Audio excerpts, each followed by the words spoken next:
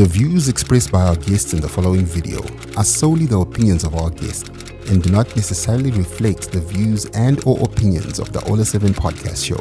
Viewer discretion is advised. Hello guys and welcome to the Genius Kids here on the Ola 7 podcast. My name is Aisha and I host this show every Monday at 3 p.m. We bring you the Genius Kids live on Facebook and on our YouTube channel DJ Ola 7. And today is another good day to bring you a young mind, a young talent, a young passionate person who's already shaping the future.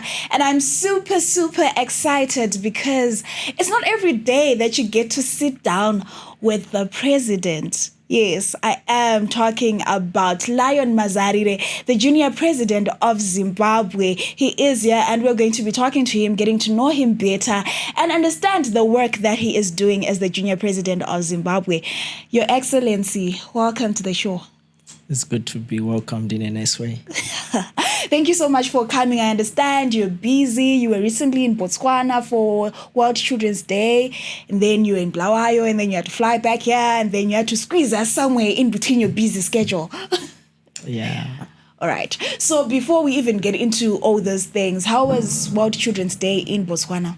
I mean, it's always good when you feel like children are being heard, and then you have to put a little bit of effort as a child to make sure that your voice is heard, and then everything becomes successful. So yeah, it was good.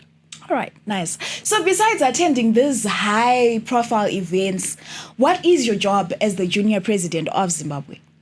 Well, as the junior president, the job literally is to attend the high-profile events, you see. But then as Lionel Mazarire, what I like is to go out there, listen to the children and see what is actually affecting us as the children and, you know, coming up with actual solutions.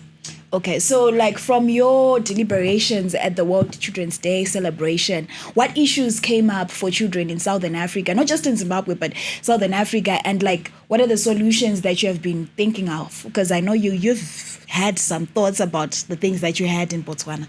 I mean, there are a lot of issues affecting children in Africa, well, including drug and substance abuse. And normally we realize that these type of lifestyles are being influenced through social media. It's because content children are being shown is no longer being filtered. So if it can actually be filtered for age appropriate, then you can easily control this type of lifestyles from being exposed to the children. Okay. We started our conversation like at the top, but I think people would want to know, like, who is Lionel Mazarire? How did you grow up? Where did you grow up? Where are you now? Where are you going? Like, just tell us about yourself a bit. Oh, Lionel Mazarire, growing up, I can say I didn't really like people. I'm just someone who used to enjoy his own company, stay indoors. And then, of course, school had to take over, having to meet new people. So you just have to learn to socialize. And then through debates and public speaking, that's when I started traveling for competitions, meeting new people. Then you realize, people are actually fun to talk to. Yeah. Okay, so you would say like you're naturally an introvert. You don't talk to people much? Exactly, something like that. I've actually found out like introverts become like the best public speakers most of the times, right? Exactly. Yeah. Okay, so tell me, when did you start doing public speaking? Probably around ECD. I remember doing a speech. No, but we all did those when we were in ECD. My name is Aisha Nyansuna. You know those crash speeches. Yeah, that I we all remember did. them. But then for me, it was more like when there's an event at the ECD school, most likely graduations, they'll give you a poem to just cram and then deliver. So, you know, you get used to the audience. Then grade 1, you're doing the same speech and prize giving days. Grade 2, the speeches just keep on piling up and then you get used to them. Right. So when would you say is like the first time that you realized that I'm actually a leader? Because now I think when it comes to people your age group, you're like the highest office. Yeah. When like was the first time you realized I have some leadership qualities in me? Leadership qualities, to be honest, I'm not the one who realized them, because you just realize that ever since I was in primary school, grade 1, I was made the class monitor before meeting anyone else. Okay. Then after that, grade 7, you become the head boy. And then you come to high school, you are getting more positions. It's like advancing to the stage each and every year. Okay. So you've always been a leader. You've always been chosen among the many people in a room, they choose you. Exactly. Okay. And when is the time that you then decided I'm going to be part of junior parliament? I decided that around Form 2, you get me. I was so inspired by this guy. He was at our school. You know, the way he wore that green blazer. He was a member of parliament. But just as a member of parliament, I was inspired by that. So I tried Form 2, but then I didn't make it. Form 3, I also didn't make it. Then when I made it, lower 6, When you speak of when I made it, it's lower 6. We're talking, this is the present, right? Exactly. So your first time in parliament and then you're president. Of course, that's Don't say it like it's How did you manage that? Because I'm sure like there were a lot of people who had experience. Like in the past few weeks, I talked to Shalom Chiwawa. Exactly. She's been in parliament, like she has had so many positions in junior parliament. And she even contested to be junior president, right? Yeah. But she didn't make it. But it was your first time and you made it. How? Like, it's just funny because when you look at the original setting, the province with the highest number of constituencies is the one that's most likely to win by default. But then ours had around 39 constituencies compared to other provinces, which is around 51. But then through, it's like you have to know your way to network, how to go up. You see, because this is a game you're playing with thoughts. It's like you're working with someone else's mind, trying to convince it, vote for me and I'll give you this. Like vote for me and then we can work something out. So it's like real world, you get me? Because the junior parliament is like mimicking the actual parliament. So, you have to make it to the top. Okay. So talk to me about this whole process of you getting, did you get the 39 out of 39 votes from your constituency? Yes, I got Which them. is Hurungwe, right? Mash West? Mash West. Yes, you are from Mash West. Exactly. So you got the 39 out of 39. Exactly. How did you achieve that? Like, okay, how? How do you get 39 out of 39 constituencies to vote for you? So it's like you have to know who you are working with, first of all. I was working with some senior members from the Senate, or they introduced the Senate recently. So I had to sit down with them and ask them, tell me. How do you do it? No, like, it was like, tell me, what's up? What really happened last time? And then they're mentioning this person won by saying this person won by saying this. So then you sit down together and put up a strategy. You see, something that has been done before, but now you're combining everything that has been done in producing, or what can I say, something never seen before. Exactly. Okay. So you were very strategic about it. Exactly. Okay. So, why did you decide to be junior president? Because, I mean, you could have any other good post like Minister of Justice. You could have been Minister of any other important ministry, but you went, Exactly. and were you not scared aiming so high when it's your first time doing it? The only problem that I have, which is also a good thing, is I lack fear. You see, it's like the moment I just say the president is what I want, that's what I'll go for. Despite someone is going to tell you, no, you haven't done this before. Let people who have actually done this contests, and then you're like, no, if they are not the best, why let them do it whilst I can still prove that I'm the best? You see, so it's all about like that vibe, feeling the competition inside you. And what was the feeling like when you actually won? When you realized that, right? The feeling was like, to be honest, I wouldn't want to lie. When they announced the results, I already knew them. You get me? How? Because normally You were that confident? No, like when I walk into a room with competition, I can analyze each and every face and like, no, this one is a potential threat. This person is nothing. And when all the other 9 provinces competed, I was just like, you know what, I've won, so I have to go out and just relax. When you say compete, what do you mean? Is there like, okay, because for the national elections, isn't it there ballot boxes and then we go forward to the presidential election, da, da, da, da, da. How do you guys get chosen? So it's a campaign. Each province now chooses one representative, and all of those 10 representatives campaign in front of the whole parliamentarians. So now... When you say parliamentarians, you mean the junior parliament? Exactly. Okay. So now all of them have to vote for a specific person, you get me? So the moment you do your speech in front of, it's almost like a campaign. You're campaigning right in front of everyone, telling them to vote for you. And then everyone is convinced. Then after that, people will actually vote for the person that they actually thought did good. And what do you think you said that made people believe in you so much? It's not really what I said, because if I remember, it wasn't even a campaign speech. There were just 5 lines. You get me? After 5 lines, a few slogans. After a few slogans, if you're a man, you have to dress nice so that, people respect you. So it was more like, make them vote for you without even saying vote for me. Then say something to make them vote for you. Okay. Do you remember those 5 lines? Yes, I do. Please do tell them to us, because now we're curious. How does one say 5 lines and get votes from all the provinces? Okay, so those 5 lines were like, I remember something had to go for monthly allowances for junior parliamentarians, then tablets. No, it was iPhone 17s for everyone. Then the other one was free data for everyone. Then the other one When you say everyone, you mean, you mean all the kids in Zimbabwe or just for you guys? Just for us guys. You have to convince them. Okay.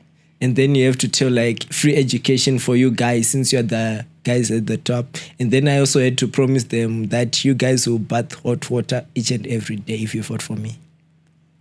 Wow. It sounds extremely well, what's the word? I don't want to use the word selfish, but like it seems like it was more about what you guys could do for each other than what you could actually do for the rest of, the children population in Zimbabwe. So what I've learned these days is you tell people what they want, but you give them what they need. You get me? People wanted to be flaunted by these ideas of luxury, but at the end of the day, the real issues that we have is that the children out there who are not us, who actually need help. So yes, I had to promise them, and some of the promises came true, but now I'm focusing on the major issues. The other children from rural areas, vulnerable children, the marginalized. Now that's what I'm focusing on. All right. So of the promises that you made to your fellow parliamentarians, which ones came true? Yeah, like they now have tablets, they have Starlink kids, that's data. Of course, hot water, you can't really promise that. Why were you promising? What's this issue here, hot water? You guys have been traveling and bathing with cold water. What's happening there? No, normally hot water, normally the elections are held in June, you get me? So people will be like, ish, if there's no hot water, you guys are going to be bathing cold water when you go back to school, you get me?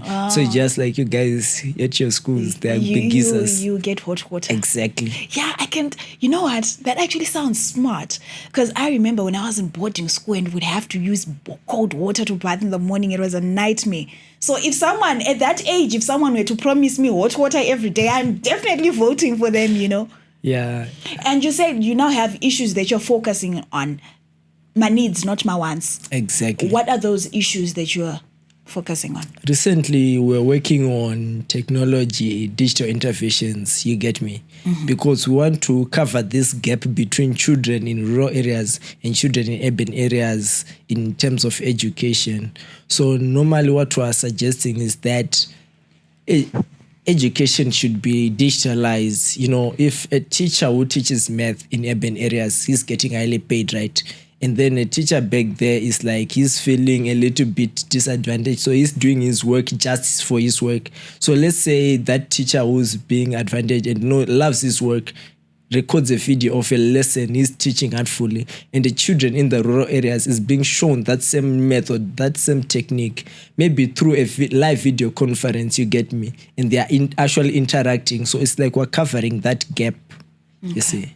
All right.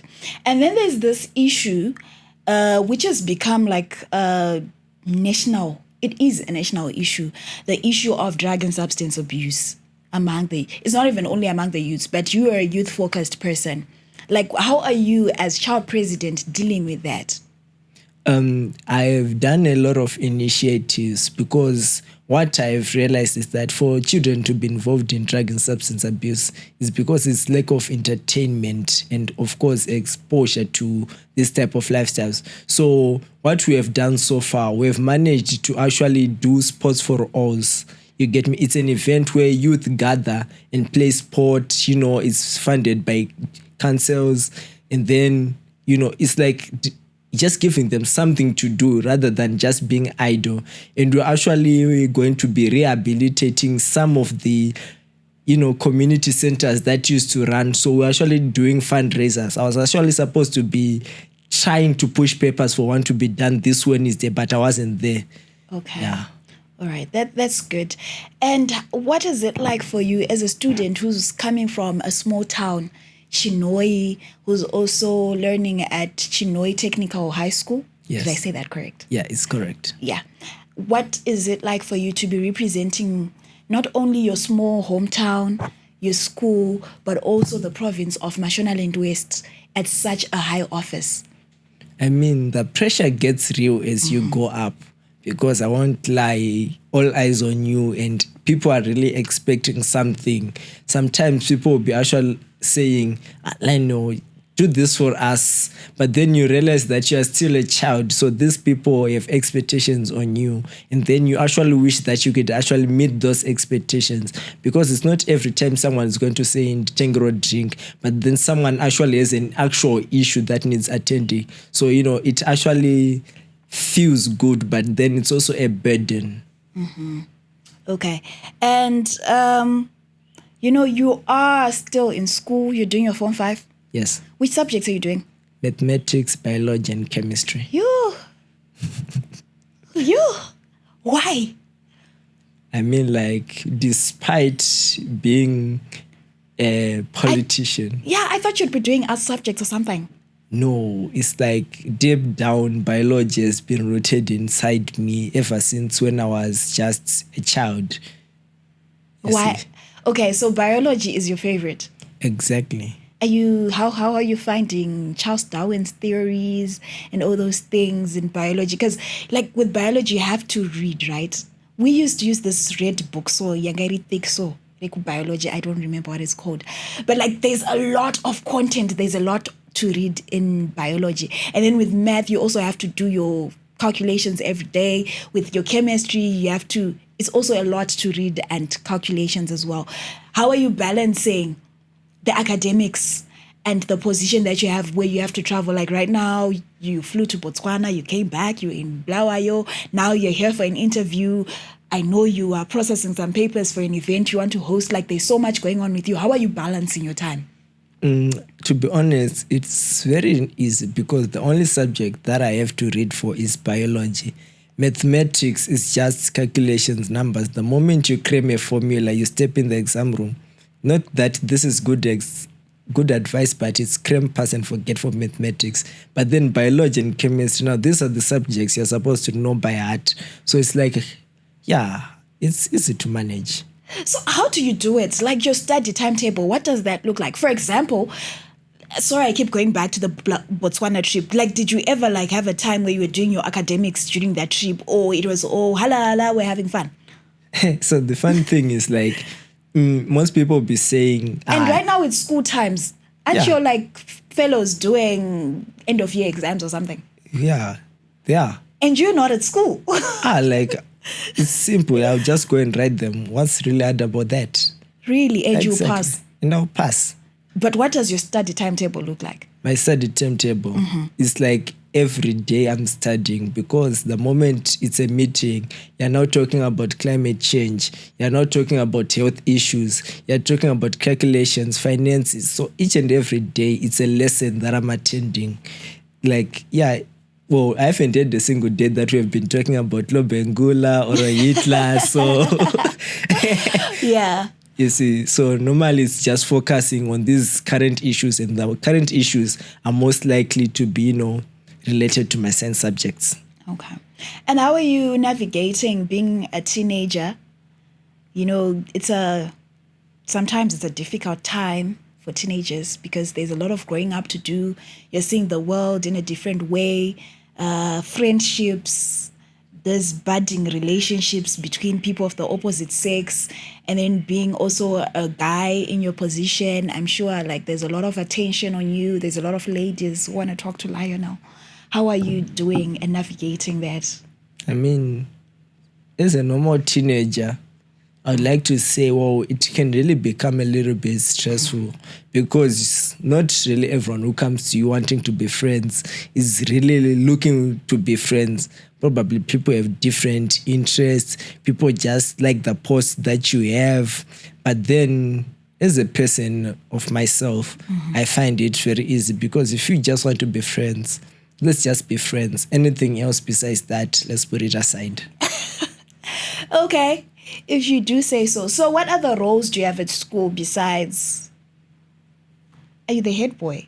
Do they automatically make you the head boy when you're child president? No, not really. I can't be head boy. Okay, what other positions do you have at school? I don't have any other positions. I can't have them either. So you're just a normal person at school. You're not even a prefect.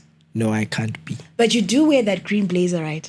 Yes, Which means there's some respect on your name. Yeah. Okay, and what other stuff do you get up to when you're not being child president or studying your math, biology, and chemistry? What else do you do? What do you do for fun? Do you have fun? I mean, like, those are the two main stressful events in my life. So that's what I'm literally doing each and every day. So you don't have like time to play and just be a child? Normally around 2 p.m. I go play tennis until 5:30. So that's just my daily routine. So what is your advice to someone who also wants to run? When does your term end? June. Next year, June. Exactly. What's your advice to the person who also wants to run for presidency next year? The advice that I would give them is when someone tells you don't do it, just look at them and say, you know what, you go do it. And if you fail, I will prove to you that I can actually do it. You get me? So it's not about being told what to do. It's about doing what you feel like doing at that time. Because if you're going to let someone control your life, it's not you who's living your life anymore. If you're going to let the rules guide you, you're being guided by someone who died a long time ago who made those rules. Okay. Exactly. Let's turn to the home structure. Like, I'm not sure what your home structure looks like, but what role have the people at home played in like how you have been carrying out your duties as child president? I mean, like, first of all, thanking my mother and my father. These are like my biggest sponsors, you get me? They're like the backup in every situation. If anything goes wrong, it's just a call and then they fix everything. So basically, they're even when it comes to mentoring, you know, my mother used to just tell me, you know, yeah. These are words of encouragement. When things go bad, she tells me, don't worry, you won't fail. So then you come back to the siblings. The siblings, you know, their role is to annoy you, you know, do those funny stuff. But then when it comes to support, they are actually also there. Okay. And I also wanted to know, I forgot my question. Oh, yes. I wanted to know why the scarf? Oh, the scarf. Yes. I know everyone wonders why the scarf, but then the scarf is like... Okay, let me tell you why we're asking about the scarf. People seem to associate it with a political party. Yeah. I mean, like, the junior parliament is non-political, but then as a structure, then I have a counterpart, the actual president, you get me? Yeah. So then as I represent him at a lower level, I have to show some traits, you get me? Something that shows that we are similar. Plus, it's just an easier way to identify the child president, because if the senior is doing this, that's what I can also emulate. do. Exactly. Speaking of your senior, have you actually like had, I know he has had your first address when you first became junior president, but have you had like meetings with him, like one-on-one conversations? And what is it like meeting the president on such a personal level?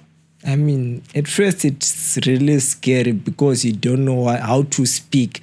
But then the moment he makes you feel comfortable and you actually feel welcome, you can actually speak a normal conversation. I remember the last time we spoke, he was like, we're actually talking about harvest. It was in, what? I forgot which month it was. And we were actually talking about harvest in Mashonaland West.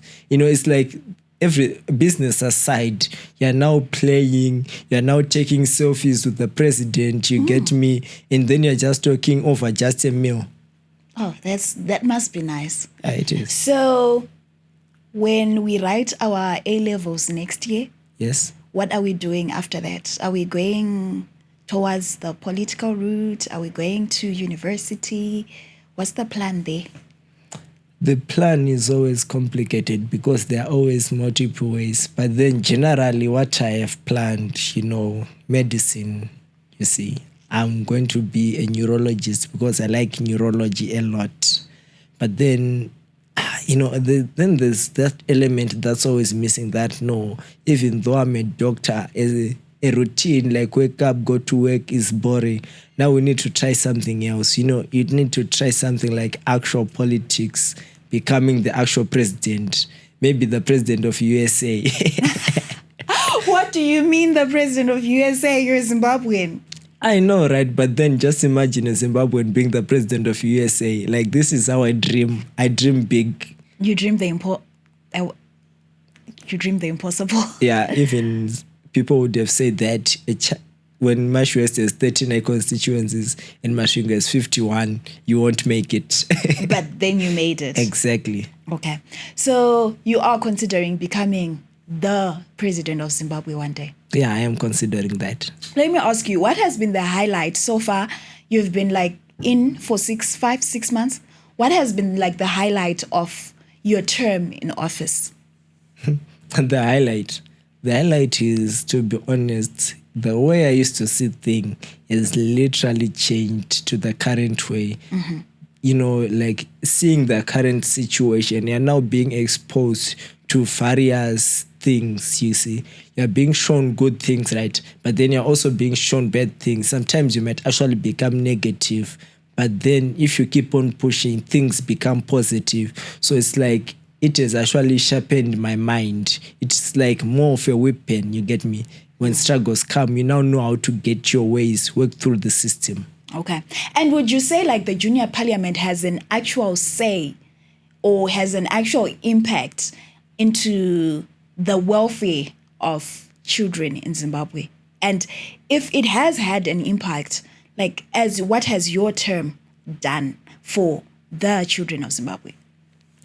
The one thing that I love of the current junior parliamentarians is they're driven by pressure to make impact. Okay. So what I do is I set an example, and then everyone wants to compete with me, so they start following up. You see the junior parliamentarians are now, even without being told, if a cleanup campaign each and every first Saturday of each month, and then they're actually having this what you call pet drives, you get me? Yeah. Some of them are actually donating stationery, and some of them are actually having initiatives like the Mind Matters movement, where they're actually talking about mental health. Mm-hmm. So it's like every junior parliamentarian wants to do something, just to show up themselves. And this is actually nice because I see the results. Even recently, when we were in Botswana, we had the vice president. She actually was speaking on the panel, and then you see that the first lady of Botswana is actually being amazed by the way she's speaking. And then, there's a lot, to be honest. Oh, so you do have vice presidents? Yes, I do. One is female, one is male? Exactly. Okay.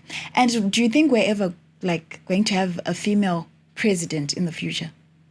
Yeah, it's actually possible. You guys are not pushing away the ladies. No, don't push away the ladies. The ladies are welcome. And in fact, in parliament, it's 70 as to 30, and 70% are females. Wow. Exactly. That is amazing. Yeah. Which is the opposite of our actual parliament, right? Exactly. So I guess at some point women lose it and they focused more on other things than issues of leadership. Yeah. Okay. So is there anything that maybe you want to talk about or address that I may not have asked you about? Not really. I mean, like, everything is always spoken about, isn't it? I stretched everything. Exactly. Nothing extra. Nothing extra. Okay. So I think I'll just take this opportunity, say me, President Vivana, taurai nevana venyu vari kumba vakateerera vari kunzwa kuti todi sevana vezimbabwe kuti tiite zviri nani, tibatsire vabereki vedu. How do we also contribute to nation building? What can we do better? Where are we going wrong? Where can we get it right? All we have to know is, basically, as a child president, I normally work around policies and legislative measures in the constituents under children's rights. So what I have to remind every child is, yes, you're given rights, but then they are your responsibility to keep those rights. You know, keeping yourself safe in the first place. And then I would also like to encourage everyone that it's not about waiting for someone else to do it for you. You have to take a step and try you yourself. You see, because when you said you can work on whenever you're right, I'm feeling like I'm that child and then I'm being part of building the nation. So if everyone actually thinks like that, just imagine I did an initiative where I donated textbooks. Just imagine if actually 50 children, in fact, do that, meaning that we have 50 schools that are being sustained and we're actually helping building our economy. Thank you so much for those wise words, Your Excellency, Mr. Lionel Mazarire. Thank you for coming to the Genius Kids. It was wonderful talking to you. I learned quite a lot. And I think I maybe want to do like another interview when you're done with your term so that we can revisit this conversation and also talk about the work that you would have done. Trust me, I'll be there when I'm done. All right. Thank you so much for coming, taking time out of your busy schedule to sit down with us and talk to us. You're welcome. And to you, our viewers, thank you so much for watching the Genius Kids. Remember to get Pure Lily period pants from your nearest retail store. These are perfect for first-time teens, postpartum recovery, and overnight heavy flows with 360 protection, high absorption, and the panty shape is easy to put on and off. You can find this at TM Pick and Pay. You can get them at OK retail stores, Gain, Mart, any major retail store, you'll find this. And before we go, I also want to say thank you to our friends from P and Heart for providing us with this couches. These are made from 90% recyclable materials. So those old tires that you guys are throwing away, they're using them to make these beautiful couches. And you can also use this in your homes, that is in your lounge, in your offices. You can use this for your corporate spaces. Don't forget to comment, like, and subscribe to the Ola 7 podcast. Every Monday, the Genius Kids, I bring the Genius Kids. I'll bring you these amazing kids who are doing beautiful things. On Tuesdays, DJ Ola will bring you On the Spot. On Wednesdays, we have the trending stories with DJ Ola 7, Yaya Good Vibes, and myself behind the scenes. And then on Thursdays, Yvonne Mangunda will bring you the Spotlight. On Fridays, we have Live and Stuff with Norman Nice. And don't forget, we have a brand new show, which is called The Gen Z's Mic'd Up. This is where those were born from 1996 coming forward, Ama 2K, the troublesome generation, sits down and discuss some of the issues that are troubling them. For now, it's goodbye.